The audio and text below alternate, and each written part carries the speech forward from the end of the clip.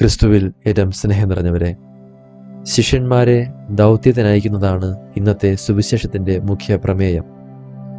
യേശു 12 പേരെ അടുത്ത് വിളിച്ച് 2 പേരെ വീതം ലോകത്തിന് സുവിശേഷം പ്രഘോഷിക്കാൻ അയക്കുകയാണ്.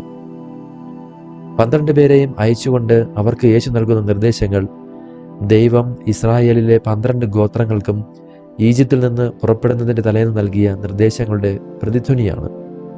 അപ്പം പോലും എടുക്കാതെ കേവലം ഒരു സെറ്റ് വസ്ത്രവും ചെരുപ്പും വടിയും മാത്രം എടുത്തുകൊണ്ട് ദൈവത്തിൽ മാത്രം ആശ്രയിച്ചുകൊണ്ട് മരുഭൂമി താണ്ടി വാഗ്ദാന ദേശത്തേക്ക് പോയതുപോലെ അപ്പോസ്തലന്മാരും പോകുകയാണ്.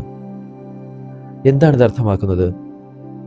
ഇത് പുതിയൊരു പുറപ്പാടാണ്. ജനത്തെ അവരുടെ അടിമത്തത്തിൽ നിന്ന് മോചിപ്പിച്ചുകൊണ്ട് സ്വർഗരാജ്യത്തിലേക്ക് ആനയിക്കുന്ന പുതിയ പുറപ്പാട്. അതിൻ്റെ പരസ്യ പ്രചാരണത്തിനായി ശിഷ്യന്മാരെ അയക്കുകയാണ്. എന്തായിരിക്കാം ഈ പരസ്യ പ്രചാരണത്തിലൂടെ ലോകത്തിന് നൽകുന്ന നല്ല വിശേഷം? എന്തായിരിക്കാം ഈ നല്ല വാർത്തയുടെ അടിസ്ഥാനം? ക്രൈസ്തവ പ്രഘോഷണത്തിൻ്റെ അടിസ്ഥാനം എന്നത് അനുതാപത്തിലേക്കുള്ള ക്ഷണമാണ്. സ്നാപക യോഹന്നാൻ വന്നത് അനുതാപത്തിൻ്റെ ജ്ഞാനസ്നാനം പ്രഖ്യാപിച്ചുകൊണ്ടാണ്. ക്രിസ്തുവിൻ്റെ ദൗത്യ ആരംഭമാകട്ടെ അനുതപിച്ച് സുവിശേഷത്തിൽ വിശ്വസിക്കുവിൻ എന്ന് അരുൾ ചെയ്തുകൊണ്ടായിരുന്നു. അതിൻ്റെ പിന്തുടർച്ചയായി തന്നെയാണ് ശിഷ്യന്മാരുടെ പ്രസംഗവും. അനുതാപം എന്ന പദം കേൾക്കുമ്പോൾ ഒരു നിഷേധാത്മക അർത്ഥമാണ് നമ്മിൽ ഉണ്ടാകുന്നത്. എന്നാൽ അനുതാപം എന്നത് ഒരു തിരിച്ചുവരവാണ് അർത്ഥമാക്കുന്നത്.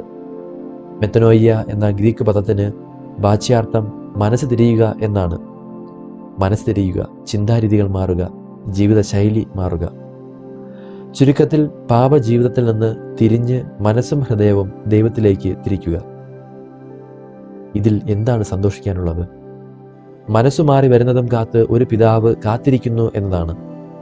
ആ ഒത്തുചേരലാണ് സന്തോഷം നൽകുന്നത്. ധൂർത്തപുത്രന്റെ ഉപമ വഴി നമ്മെ പഠിപ്പിക്കുന്നതും അതാണല്ലോ. മാത്രമല്ല, ക്രിസ്തുവിൻ്റെ പീഡാസഹന മരണ ഉത്ഥാനത്തിന് ശേഷം വിഭവങ്ങൾ ഒരുക്കി കാത്തിരിക്കുന്ന പിതാവിനെയാണ് കണ്ടെത്തുന്നത്. അതുകൊണ്ടാണ് ഇന്നത്തെ 2ാം വായനയിൽ വിശുദ്ധ പൗലോസ് അപ്പോസ്തലൻ പറയുന്നത്, സ്വർഗീയമായ എല്ലാ ആത്മീയ വരങ്ങളാലും ക്രിസ്തുവിൽ നമ്മെ അനുഗ്രഹിച്ചവനും കർത്താവായ യേശു ക്രിസ്തുവിൻ്റെ പിതാവുമായ ദൈവം സ്തുതിക്കപ്പെട്ടവനാകട്ടെ. അവിടുത്തെ കൃപയുടെ സമൃദ്ധിക്കൊത്ത് നമുക്ക് ക്രിസ്തുവിൽ പാപമോചനവും അവൻ്റെ രക്തം വഴി രക്ഷയും കൈവന്നിരിക്കുന്നു എന്ന്. ഇതാണ് സന്തോഷവാർത്ത. അവിടുത്തെ കൃപയാൽ മനസ്സുമാറി പുതിയ ജീവിത രീതിയിൽ ചരിക്കാൻ നമുക്ക് സാധിക്കുന്നു. നമ്മുടെ മനസ്സ് മാറി വരുന്നത് കാത്തിരിക്കുന്ന പിതാവ് മാത്രമല്ല, പിന്നെയോ മനസ്സ് മാറാൻ തക്ക കൃപയും ദാനമായി നമുക്ക് വേണ്ടി ഒരുക്കി കാത്തിരിക്കുന്നു. ആ കൃപയോട് നമ്മൾ സഹകരിക്കേണ്ട ആവശ്യം മാത്രമേ ഉള്ളൂ. മറ്റ് മതങ്ങളിൽ നിന്നും ക്രിസ്തു മതത്തെ വ്യത്യസ്തമാക്കുന്നത് എന്താണെന്ന് ചോദിച്ചാലുള്ള ഉത്തരവും ഇതാണ്. രക്ഷയിലേക്ക് എത്താൻ മനുഷ്യൻ എന്ത് ചെയ്യണം എന്നല്ല ക്രിസ്തുമതം പ്രഘോഷിക്കുന്നത്, മറിച്ച് മനുഷ്യനെ രക്ഷിക്കാൻ ദൈവം എന്ത് ചെയ്തു എന്നാണ്. അതുകൊണ്ടാണ് എഫെസോസുകാർക്കുള്ള ലേഖനത്തിൽ ഇപ്രകാരം വായിക്കുന്നത്, വിശ്വാസം വഴി കൃപയാലാണ് നിങ്ങൾ രക്ഷിക്കപ്പെട്ടത്, അത് നിങ്ങൾ നേടിയെടുത്തതല്ല, ദൈവത്തിൻ്റെ ദാനമാണ് എന്ന്. അപ്പോൾ പ്രവൃത്തികൾക്ക് അർത്ഥമില്ല എന്ന് ഒരു സംശയം തോന്നാം. എന്നാൽ വിശ്വസിക്കുന്നവൻ ക്രിസ്തുവിൻ്റെ പ്രവൃത്തികൾ ചെയ്യും എന്നതാണ് സത്യം. കാരണം ക്രിസ്തുവിലുള്ള വിശ്വാസം പ്രഖ്യാപിക്കുന്നത് പ്രവൃത്തികൾ വഴിയാണ്. അതുകൊണ്ടാണ് പൗലോസ് അപ്പോസ്തലൻ പറഞ്ഞത്, ഈ അപ്പം ഭക്ഷിക്കുകയും ഈ പാനപാത്രത്തിൽ നിന്ന് കുടിക്കുകയും ചെയ്യുമ്പോഴെല്ലാം കർത്താവിൻ്റെ മരണം അവൻ്റെ പ്രത്യാഗമനം വരെ പ്രഖ്യാപിക്കുകയാണ് എന്ന്. അതായത് പരിശുദ്ധ കുർബാന നാം സ്വീകരിക്കുമ്പോൾ അവൻ നമുക്ക് വേണ്ടി നേടിയെടുത്ത രക്ഷയുടെ പ്രഖ്യാപനമാണ് നമ്മൾ നടത്തുന്നത്. നമ്മുടെ വിശ്വാസത്തിൻ്റെ പ്രകടമായ വെളിപ്പെടുത്തലാണ് അത്. എന്നാൽ വീണ്ടും ഒരു സംശയം തോന്നാം, രക്ഷ പ്രാപിക്കാൻ വിശ്വസിക്കുകയും ആ വിശ്വാസം പ്രഘോഷിക്കുകയും ചെയ്താൽ മാത്രം മതിയോ, അതോ കാരുണ്യ പ്രവൃത്തികൾ കൂടെ ചെയ്യേണ്ടതുണ്ടോ എന്ന്? ചെയ്യേണ്ടതുണ്ട്. കാരണം രക്ഷ എന്നത് ഒരു പ്രക്രിയയാണ്. മാമോദീസ സ്വീകരിച്ചതുകൊണ്ട് മാത്രം രക്ഷ പൂർണ്ണമാകുന്നില്ല. അത് പ്രാരംഭ നീതീകരണം മാത്രമാണ്. അതിനെ പരിപോഷിപ്പിക്കേണ്ടതുണ്ട്. അതാണ് വിശുദ്ധീകരണം. അതിലൂടെയാണ് ഒരാൾ മഹത്വീകരണത്തിൽ എത്തുന്നത്. മഹത്വീകരണം എന്നാൽ ക്രിസ്തുവിനെ പോലെയാകുക എന്നതാണ്. അതിന് നമ്മുടെ പ്രവൃത്തികൾ ക്രിസ്തുവിൻ്റെ പ്രവൃത്തികളോട് സമമാകേണ്ടതുണ്ട്. അതിനാണ് കാരുണ്യ പ്രവൃത്തികൾ.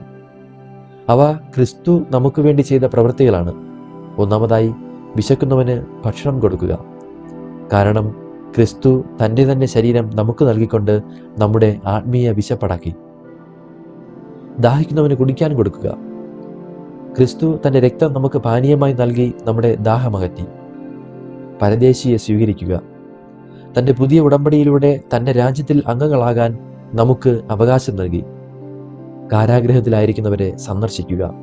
നഗ്നനെ ഉടുപ്പിക്കുക. പാപത്തിൻ്റെ കാരാഗ്രഹത്തിൽ കഴിഞ്ഞിരുന്ന നമ്മെ അവിടുന്ന് സന്ദർശിച്ച് മാമോദീസായിലൂടെ നമ്മെ നീതിയുടെ പുതുവസ്ത്രം ധരിപ്പിച്ചു.